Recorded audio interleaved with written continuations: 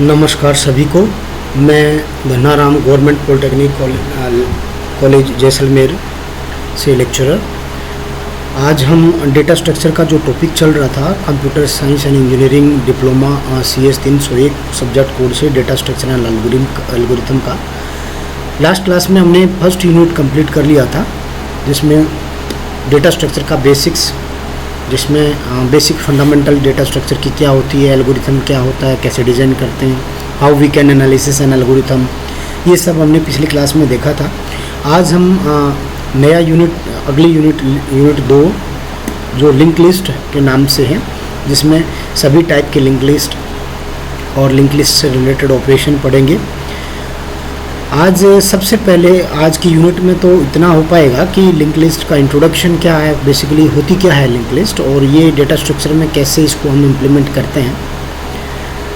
सबसे पहले डेफिनेशन देखते हैं। आइए, डेफिनेशन क्या है अगर लिंक लिस्ट की डिफाइन करने की बात आती है तो link list is a collection of nodes where each node have 2 parts in single link list. First part of node is called data part और info part, which hold the actual data that is to be stored in the linked list, and second part is called link part or next part that hold the address of next data or next node। समझ में आया हो? फिर से सुनिए। Link list एक node का collection होता है जिसमें बहुत सारे नोड्स होते हैं। तो कहने का मतलब डेटा जो हमें स्टोर करना है वो एक नोड के फॉर्म में होगा। One node contains one data, but one node contains at least 2 parts in single linked list, at least 2 parts that may be there may be more than 1 part as a double linked list। double linked list में 3 part भी हो सकते हैं, लेकिन singly link list और simple link list बोलते हैं। उसके अंदर हर नोड के 2 पार्ट होंगे। एक पार्ट हमारा डेटा पार्ट कहलाता है, कुछ जगह हम इन्फो पार्ट भी बोलते हैं। As name suggest data part और इन्फो पार्ट, वो पार्ट तो क्या करेगा, डेटा का स्टोर करेगा। जैसे हम सिंपली अगर इसके अंदर देखें, जैसे स्टार करें, ये पहला नोड है। इस पहले नोड के अंदर हम देखना चाह रहे हैं कि ये जो पहला नोड है, ये जो फर्स्ट नोड है आपका, ये जो फर्स्ट नोड ये कंप्लीट नोड है। इसमें देखा डेटा एंड दूसरा हमारा नेक्स्ट। तो डेटा आइटम और data part contain the actual information of the data that is to be stored in the node. Okay, यानी हमने अभी कहा कि link list is a collection of nodes. तो ये आपके नोड्स हैं, ये कलेक्शंस हम लिंक लिस्ट बोलेंगे। तो यहाँ हम हर नोड को डिफाइन करेंगे।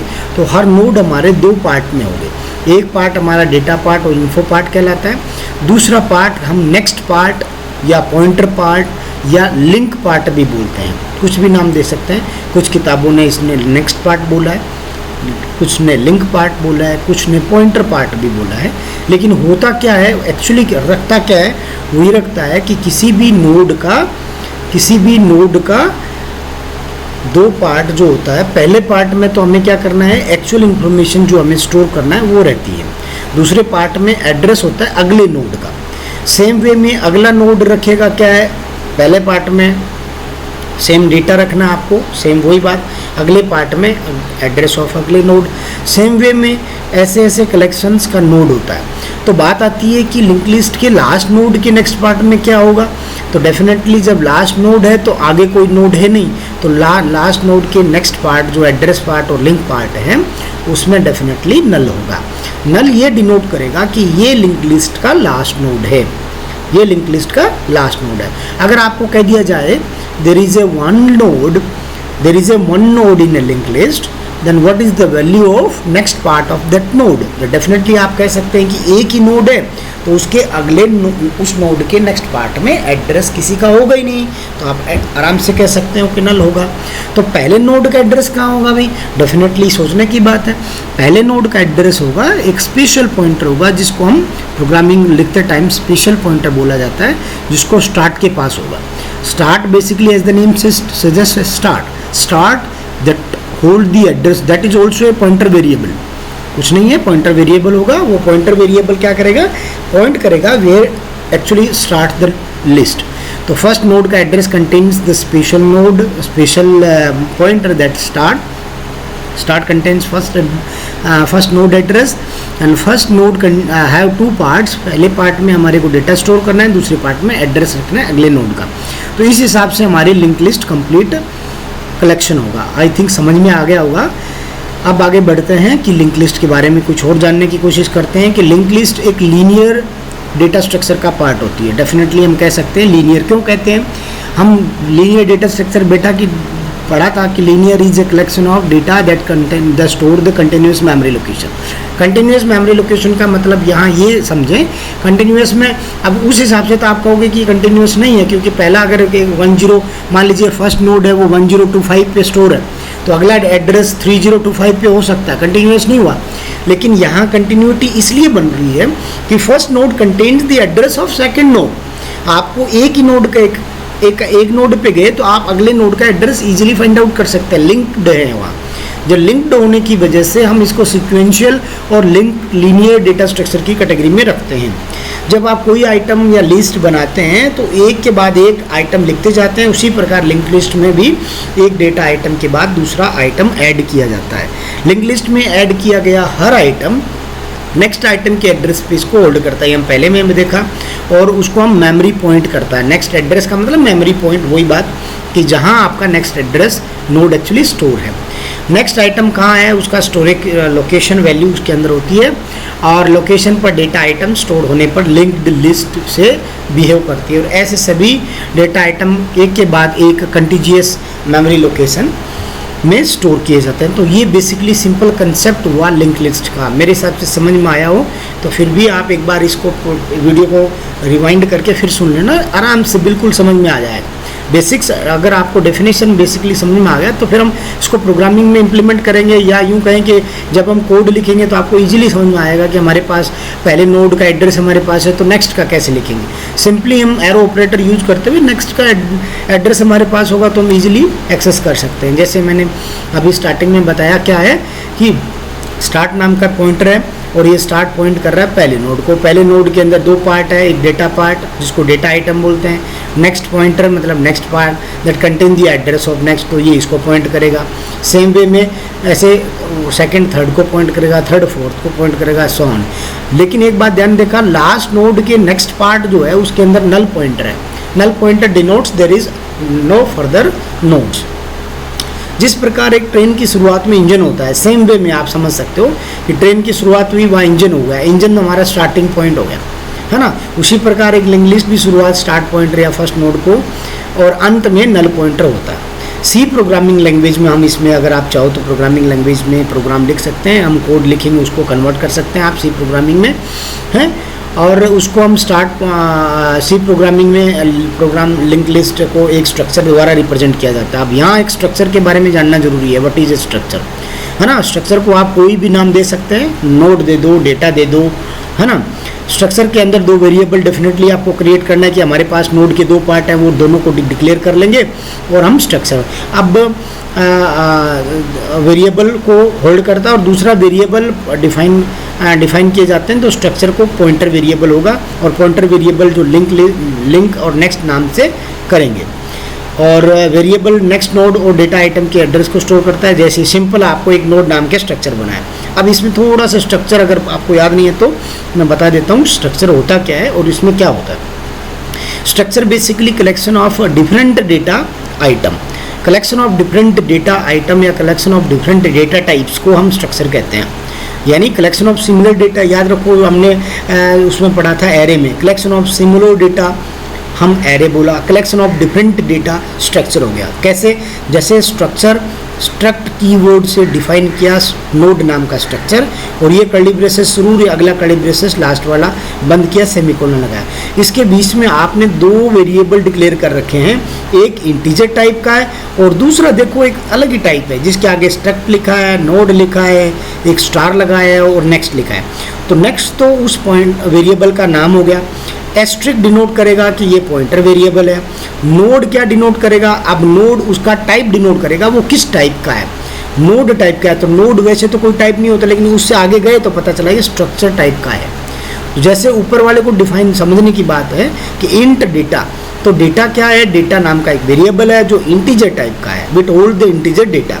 सेम वे मेरे अगली लाइन अगर हम कर्ली ब्रेसेस से पढ़ने की सोचे, राइट टू लेफ्ट अगर समझने की कोशिश करें तो नेक्स्ट नाम का पॉइंट वेरिएबल है जो स्टार डिनोट कर रहा है पॉइंटर है, तो पॉइंटर डेफिनेटली क्या होते हैं, pointer hold the address of another variable, तो डेफिनेटली ये होल्ड करेगा एड्रेस। किस टाइप के एड्रेस को होल्ड करेगा वो यहाँ दिखा रखा है, नोड और स्ट्रक्ट, मतलब स्ट्रक्ट नाम का नोड वेरिएबल नोड है ना, स्ट्रक्चर का नाम नोड है और उसका एक हमने रिप्रेजेंटेटिव बना लिया नेक्स्ट नाम से। तो कहने का मतलब देखो आप थोड़ा सा गौर करके देखेंगे तो इसमें आपने स्ट्रक्ट नोड में ही ये सब कुछ लिखा है और स्ट्रक्ट नोड में ही स्ट्रक्ट नोड नेक्स्ट लिखा है। तो इस टाइप के स्ट्रक्चर को हम सेल्फ रेफरेंशियल स्ट्रक्चर बोलते हैं। क्या बोलते हैं? Self referential structure. एक ऐसा स्ट्रक्चर जो अपने आप को ही अपने आप की किसी लोकेशन को पॉइंट करेगा, अपने आप खुद की जैसी मतलब जो लोकेशन पॉइंट करेगा ना उसके अंदर भी सेम यही बातें होंगी। कौन सी बातें? दो डेटा होंगे, एक डेटा होगा इंटीजर, दूसरा डेटा होगा पॉइंटर टाइप का। तो इस टाइप के स्ट्रक्चर को हम सेल्फ रेफरेंशियल स्ट्रक्चर कहते हैं। तो ये स्ट्रक्चर समझने की बात है। आपको स्ट्रक्चर के साथ में थोड़ा सा एक्स्ट्रा दिया है कि स्ट्रक्चर के अंदर जो एक डेटा डिक्लेयर किया है वो इसके खुद के टाइप का है, खुद के जैसा है। खुद के जैसा मतलब जहाँ ये पॉइंटर पॉइंट करेगा उस मेमोरी लोकेशन को, वो मेमोरी लोकेशन भी इसी स्ट्रक्चर जैसा होगा जिसके अंदर एक डेटा इंटीजर डेटा होगा और दूसरा डेटा पॉइंटर डेटा होगा। तो इस टाइप के कंसेप्ट को हम सेल्फ रेफरेंशियल स्ट्रक्चर कहते हैं। स्ट्रक्चर का भी पॉइंटर वेरिएबल इसलिए क्रिएट किया जाता है क्योंकि नेक्स्ट नोड का जो एड्रेस स्टोर करता है उसके अंदर भी नेक्स्ट नोड भी उसी स्ट्रक्चर टाइप का होगा, इसलिए हम इसको सेल्फ रेफरेंशियल स्ट्रक्चर बोल सकते हैं। ओके, अब हम आगे बढ़ते हैं। अब पिछली क्लास में हमने बेसिक डेटा स्ट्रक्चर की डेफिनेशन में वहाँ हमने एरे और उसका कंसेप्ट पढ़ा था। तो एरे और उनके कंसेप्ट में हमने देखा कि array collection of similar data element होते हैं, उसमें बहुत सारे ऑपरेशंस कर सकते हैं, ट्रैवर्सिंग ऑफ एरे है ना, insertion array, deletion array, finding में सर्चिंग ऑपरेशन पढ़े थे, डेफिनेशन देखा था बेसिकली। डिटेल्ड हम अगली क्लास में पढ़ लेंगे, कोई दिक्कत नहीं है। लेकिन कहने का मतलब है कि आप इस चीज़ को इसके साथ में हम क्या करेंगे, इसका डिफरेंस देखना चाह रहे हैं। डिफरेंस देखना चाह रहे हैं का मतलब क्या है कि हम इसमें एक स्ट्रक्चर में और एक एरे में क्या डिफरेंस है। स्ट्रक्चर हमने पढ़ा कि structure is a collection of similar different data type. Structure is a collection of different data type, जबकि array is a collection of similar data type. ये हमने देखा, इसलिए हम देखना चाह रहे हैं कि इसके अंदर हम क्या डिफरेंस इसमें कंपैरिजन कर रहे हैं। सिंपली हमारा कंपैरिजन कह सकते हो आप। देखिएगा पहला पॉइंट क्या है, सामान्य लिंक लिस्ट की तरह सामान्यतः लिंक लिस्ट एरे की तरह ही प्रतीत होती है। नाम जैसे एरे भी कलेक्शन ऑफ डेटा एलिमेंट्स होते हैं, बस लीनियरली होता है, इसमें भी लीनियर होता है। फिर डिफरेंस क्या है, लेकिन इसमें कुछ चीज़ों का डिफरेंस होता है, लेकिन कुछ ऐसी असमानताएं जिसको देखकर अलग एक दूसरे को समझ सकते हैं हम। पहला, लिंक लिस्ट की साइज एरे की तरह फिक्स नहीं होती। That is very very important point. यानी एरे के अंदर जो होती है ना वो साइज़ फिक्स होती है, यानी बिफोर द प्रोग्राम एग्जीक्यूशन आपको एरे की साइज़ फिक्स करनी है, फिर आपको इसमें डेटा डालना है। उससे ज़्यादा डेटा नहीं डाल सकते, कम जरूर डाल सकते हो, लेकिन उससे ज़्यादा होते ही आपका गार्बेज वैल्यू उठा करके आपकी आंसर, आपका आउटपुट एग्जैक्ट नहीं आएगा जो आप चाह रहे हैं। तो लिंक लिस्ट की साइज़ फिक्स नहीं होती, जबकि एरे की साइज़ फिक्स होती है। जब आप एरे क्रिएट करते हैं तो साथ ही उसकी साइज़ भी आपको डिफाइन करनी होती है। ये बात बहुत इंपॉर्टेंट है। आप डिफाइन की गई साइज़ से अधिक एलिमेंट्स को ऐड नहीं कर सकते, लेकिन लिंक लिस्ट में आप फिक्स नहीं है, तो जब जब आपको ज़रूरत होती है तब आप नया नोड क्रिएट कर सकते हो। तो इसी चीज़ को हम आगे वाले पॉइंट में कर रहे हैं कि लिंक लिस्ट में डेटा डायनेमिकली स्टोर किया जाता है, जबकि एरे में स्टैटिक डेटा होता है, डायनेमिक पॉसिबल नहीं है। तो आप डायनेमिक और स्टैटिक क्या होता है सुनने की समझने की बात है। Dynamic as the name suggest dynamically data storage और डायनेमिक मेमोरी एलोकेशन बोला जाता है। डायनेमिक मतलब when we need a particular data to store, उस टाइम ऑटोमेटिकली डेटा को मेमोरी मिल जाए, डायनेमिकली होता है। जो एग्जीक्यूशन टाइम और कंपाइल टाइम कह सकते हैं आपको। उस टाइम डेटा को स्टोर करना हो तो हम तुरंत स्टोर किया और क्रिएट किया डेटा, मेमोरी लोकेशन दिया, तो डायनेमिक होगा। स्टैटिक में एक बार आपने कर दिया वो चेंज नहीं होगा, वो जो एरे का कंसेप्ट है। तो दूसरा पॉइंट मेमोरी साइज फिक्स होना और नहीं फिक्स होना, दूसरा डायनेमिक होना और स्टैटिक होना। तीसरा पॉइंट, एक लिंक लिस्ट में आप पॉइंटर को रीअरेंज करके डेटा आइटम को आसानी से इंसर्ट या डिलीट कर सकते हैं, लेकिन एरे में इंसर्शन और डिलीशन परफॉर्म करने के लिए डेटा आइटम में बहुत अधिक मूवमेंट की आवश्यकता होती है। ये भी एक बहुत पॉइंटर, जब हम लिंक लिस्ट की बात करें तो लिंक लिस्ट की बहुत अच्छी खूबी कह सकते हो कि लिंक लिस्ट में किसी भी डेटा को डिलीट करना है तो बाकी डेटा को हिलाने की ज़रूरत नहीं है। समझ में आ रही बात? बाकी डेटा को, जैसे मान लीजिए 20 डेटा की एक लिस्ट है जिसमें 20 डेटा आइटम है, आपको 15वां डेटा डिलीट करना है तो सिंपली आप 15वां डेटा हटाइए, 14वें का लिंक 16वें से कर दीजिए और आपका डायरेक्ट आएगा, किसी भी बाकी डेटा को रिमूव करने की ज़रूरत नहीं है। जबकि अगर यही 20 डेटा एरे में हो और आपको कह दीजिए कि 15वां डेटा इंसर्ट डिलीट करना है तो आपको क्या करना पड़ेगा, 15वां डेटा डिलीट करके 16वें को 15वें पे लाना पड़ेगा, 17वें को 16वें पे, 18वें को 17वें पे, ऐसे करके आपको लास्ट के डेटा को सभी को रिमूव करना पड़ेगा। मान लीजिए इसी हिसाब से अगर ह्यूज अमाउंट ऑफ डेटा की लिस्ट है, आपकी 1000 डेटा है, 1 लाख डेटा है, आपको 15वां डेटा डिलीट करना है तो 15वें से आगे के सभी डेटा को एक एक शिफ्ट करना पड़ेगा। या 15वीं लोकेशन पे कोई डेटा डालना है तो पता चला कि आगे वालों को पहले वाले को इधर करो, शिफ्टिंग करना पड़ेगा, तब डेटा वो पर्टिकुलर लोकेशन फ्री होएगी, वहाँ आप नया नोड इंसर्ट कर पाओगे। तो इंसर्शन और डिलीशन, जिसको रीअरेंजमेंट ऑफ डेटा कह सकते हैं, वो एरे में सभी करने के लिए बहुत सारे मूवमेंट करने पड़ते हैं, उससे आगे के डेटा का मूवमेंट बहुत ज़रूरी हो जाता है। जबकि लिंक लिस्ट में इसकी ज़रूरत नहीं होती। लिंक लिस्ट में जो पर्टिकुलर डेटा है उसी को हम अगर डिलीट करना चाहते हैं या वहाँ इंसर्ट करना चाहते हैं तो पर्टिकुलर उसमें से एड्रेस लोकेशन चेंज करनी है, वहाँ से आराम से अपन नया डेटा डाल सकते हैं, ऑलरेडी एग्जिस्टिंग डेटा को, उस नोड को हटा सकते हैं। तो बहुत अच्छा पॉइंट है। अगला पॉइंट है हमारा, एक लिंक लिस्ट की साइज़ को डायनेमिकली ग्रो और श्रिंक किया जा सकता है, जबकि एरे के साथ ऐसा नहीं हो सकता। डायनेमिकली श्रिंक करना मतलब जब जब ज़रूरत हो तब तक हम घटा बढ़ा सकते हैं, ऐसा नहीं होगा एरे के साथ, जबकि लिंक लिस्ट में आराम से हो सकता है। ठीक है, नेक्स्ट है लिंक लिस्ट है एरे से अधिक मेमोरी का प्रयोग करती है। इसका एक उदाहरण आपको लिंक लिस्ट में डेटा आइटम के नेक्स्ट पॉइंटर भी अटैच होते हैं। ये आपको थोड़ा सा देखने की बात है, लिंक लिस्ट में एरे से अधिक मेमोरी का प्रयोग होता है। ये थोड़ा सा ड्रॉबैक कह सकते हैं एरे लिंक लिस्ट के साथ। कारण क्या होता है कि जैसे ही आपने एक नोड बनाया तो एक नोड बना है, उस नोड के अंदर एरे में तो सिर्फ डेटा होगा, जैसे इंटीजर डेटा 25 स्टोर करना है, एक एरे की मदद से स्टोर करना है और एक आपको लिंक लिस्ट की मदद से स्टोर करना है। तो एरे में तो सिंपली 25 इंटीजर डेटा है तो 2 बाइट मेमोरी की ज़रूरत है, आगे कोई दिक्कत नहीं है। जबकि लिंक लिस्ट में आपको स्टोर करना है तो 25 को एक नोड में स्टोर करना पड़ेगा, और वो नोड किस टाइप का है, अगर मान लीजिए डब्ल्यू लिंक लिस्ट है तो उस नोड के 3 पार्ट होंगे तो हमारे इंटीजर डेटा है तो पहले का एड्रेस रखने के लिए प्री पार्ट होगा, अगले डेटा का एड्रेस रखने के लिए अगला पार्ट होगा, तो इस हिसाब से उसके कम से कम 3 पार्ट हो गए। 3 पार्ट में तीनों डेटा इंटीजर होंगे तो उसको 6 बाइट मेमोरी की ज़रूरत पड़ेगी। तो मेमोरी कंजप्शन के हिसाब से हम बात करते हैं तो उस केस में हमारा लिंक लिस्ट का थोड़ा सा ड्रॉबैक आता है कि वो ज़्यादा मेमोरी कंज्यूम करता है एज कम्पेयर टू एरे। ठीक है, नेक्स्ट पॉइंट है हमारा, एक एरे के एलिमेंट को इंडेक्स नंबर द्वारा रेंडमली एक्सेस किया जा सकता है, लेकिन लिंक लिस्ट में एलिमेंट को आप रेंडमली एक्सेस नहीं कर सकते। ये पॉइंट भी आप कह सकते हो कि एरे के लिए प्लस पॉइंट है। एरे के लिए प्लस पॉइंट कैसे हुआ कि एक लिस्ट है आपके पास, एक एरे डेटा एलिमेंट और आपको पता है कि स्टोर है 1 से लेकर के 100 तक डेटा स्टोर है। आपको कह दिया कि 65वां डेटा क्या है, 65वीं पोजीशन पे कौन सा, 65th पोजीशन पे कौन सा डेटा है, उसकी वैल्यू निकालो, तो आप तुरंत 1 एक्सेस में निकाल सकते हो। आप डायरेक्टली इंडेक्स नंबर से आप उस डेटा को एक्सेस कर सकते हो।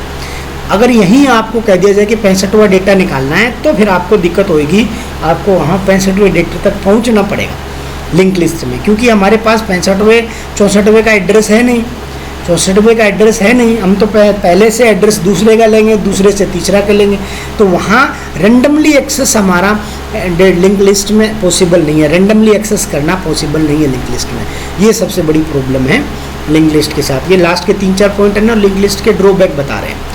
अगला है, एक लिंक लिस्ट के एलिमेंट को ट्रेवर्स करने में एरे से अधिक समय लगता है। इसका कारण है एक्स्ट्रा पॉइंटर का होना। अगर हम ट्रेवर्सिंग की बात करें तो लिंक लिस्ट में आपको क्या होता है कि डेटा एलिमेंट्स आपके पहला नोड होता है वो किसी एड्रेस पे होता है, अगले नोड पे जाएंगे तो पहले नोड के लिंक पार्ट को देखेंगे कि उसका लिंक कहाँ जा रहा है, हम वहाँ जाएंगे, वहाँ के बाद में दूसरे नोड का डेटा को छोड़ो फिर एड्रेस को देखेंगे, फिर अगला तीसरा नंबर का नोड कहाँ मिलेगा। तो इसका ट्रेवर्सिंग को जो टाइम होता है ना वो डेफिनेटली बढ़ जाता है, क्योंकि हर नोड को हमें एटलीस्ट 2 बार एक्सेस करना पड़ेगा। एक बार डेटा देखा, चलो जी इसके पॉइंटर पार्ट पे या नेक्स्ट पार्ट पे क्या है वैल्यू, वो वहाँ जाकर देखें कि अगले कहीं नहीं। तो कहने का मतलब उसको कंटिन्यूस मेमोरी लोकेशन में लीनियर एरे में जरूर रखा है, लेकिन उसका मेमोरी जो लोकेशन है वो कंटिन्यूस नहीं कह सकते आप। हाँ, यूँ कह सकते हैं कि पहला एड्रेस मिला तो अगला एड्रेस आप लिख सकते हैं। तो उनका कनेक्शन की वजह से उसको लीनियरली में डाला है। जबकि आप यूँ कहो कि पहला एड्रेस 105 पे है तो अगला एड्रेस 106 पे होना चाहिए, है ना, एज पर डेटा टाइप। अगर हमारा करेक्टर डेटा टाइप है तो अगला 1 बाइट चाहिए, अगले बाइट नेक्स्ट होना चाहिए। अगर इंटीजर है तो 105 पे है तो अगला 107 पे होना चाहिए, 2 बाइट के बाद अगले का एड्रेस होना चाहिए। जबकि ऐसा इसमें नहीं होता है। इसमें क्या होता है, लीनियरली का कंसेप्ट लिया गया है, लेकिन वो हम इस हिसाब से लेते हैं कि पहले नोड का एड्रेस हमारे पास है तो हम अगले नोड का एड्रेस इजीली बता सकते हैं पहले नोड के नेक्स्ट पार्ट को देख करके। ओके, तो ये बात है। तीसरा और लास्ट पॉइंट है, इसके अंदर लिंक लिस्ट डेटा स्ट्रक्चर में बाइनरी सर्चिंग नहीं परफॉर्म होता। ये कई बार पूछा जाता है, ऑब्जेक्टिव में पूछ सकते हैं, वाइवा में पूछ सकते हैं, डिफरेंस में ये पॉइंट आप डालना चाहिए, है ना। तो क्या कह रहा है कि लिंक लिस्ट में हम बाइनरी सर्च ऑपरेशन नहीं कर सकते। बाइनरी सर्च का कंसेप्ट आपको आएगा तब वो डिटेल आएगा। अभी मैं थोड़ा सा बता देता हूँ कि सर्चिंग कंसेप्ट 2 टाइप के होते हैं हमारा, एक लीनियर सर्च होता है, एक बाइनरी सर्च होता है। लीनियर सर्च में हर एक डेटा को हम देखते जाते हैं कि पहला डेटा जो चाह रहे हैं वो डेटा है क्या, नहीं है, अगला डेटा पे जाओ, वो चाह रहे हैं कि वो नहीं है, फिर अगले पे जाओ। तो ये लीनियरली और सिक्वेंशियली सर्चिंग होती है, वो हमारा लिंक लिस्ट में के साथ, अरे के साथ, दोनों के साथ पॉसिबल है। लेकिन बाइनरी सर्चिंग का कंसेप्ट क्या होता है कि डेटा एक सॉर्टेड फॉर्म में डेटा होते हैं, उसमें हम सर्चिंग डेटा की लोकेशन फाइंड आउट करना चाहते हैं। तो हम कैसे फाइंड आउट करेंगे, हम क्या करेंगे कि पहले और लास्ट डेटा का एड्रेस को जोड़ेंगे, उसका हाफ करेंगे, यानी बीच का डेटा निकालेंगे, बीच वाले डेटा को सर्च करेंगे कि वो हम चाहे गए डेटा से बड़ा है या छोटा है। अगर वो चाहे गए डेटा से बड़ा है तो सर्चिंग एलिमेंट हमारा फर्स्ट हाफ में हो जाएगा, यानी आधी सर्चिंग आपकी बच गया, सर्चिंग टाइम बहुत फास्ट हो गया कुल मिला करके। तो ये वो ऑपरेशन परफॉर्म है, ये लिंक लिस्ट के साथ पॉसिबल नहीं है यार, ये बड़ी इसमें प्रॉब्लम वाली बात है। कारण क्या है कि लिंक लिस्ट के साथ में ये कंटिन्यूस मेमोरी लोकेशन है नहीं, पहले का एड्रेस लास्ट का एड्रेस जोड़ोगे तो बीच वाला एड्रेस नहीं आता, वो कहीं का आ सकता है, वो हो सकता है ऐसा एड्रेस आए जो उसमें है भी नहीं, है ना। तो इसलिए ये बड़ी कह सकते हैं कि ये ड्रॉबैक है कुछ कुल मिला करके एज़ कम्पेयर टू, यानी आप कंपेरिजन में डालें तो लिंक लिस्ट और एरे में ये डिफरेंस के साथ में पॉइंट आपको याद रखने हैं। एक बार रिवाइज कर लेना, याद हो जाएंगे, कोई दिक्कत नहीं है।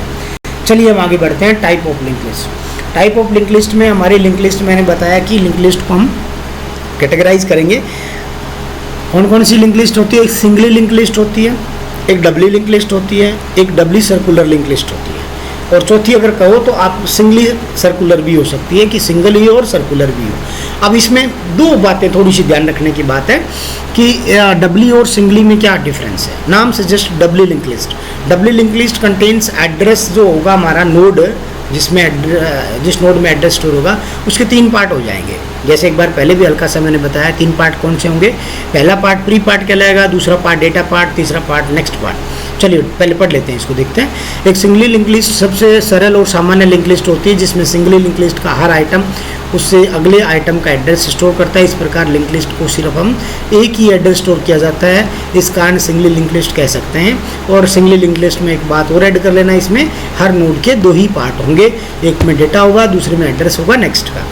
डबली लिंक लिस्ट में क्या होगा, जब हम अभी जरूरत क्यों पड़ी, देखो हम सिंगली लिंक लिस्ट में सिर्फ फॉरवर्ड डायरेक्शन एक्सेस कर सकते हैं, बैकवर्ड डायरेक्शन में एक्सेस नहीं कर सकते।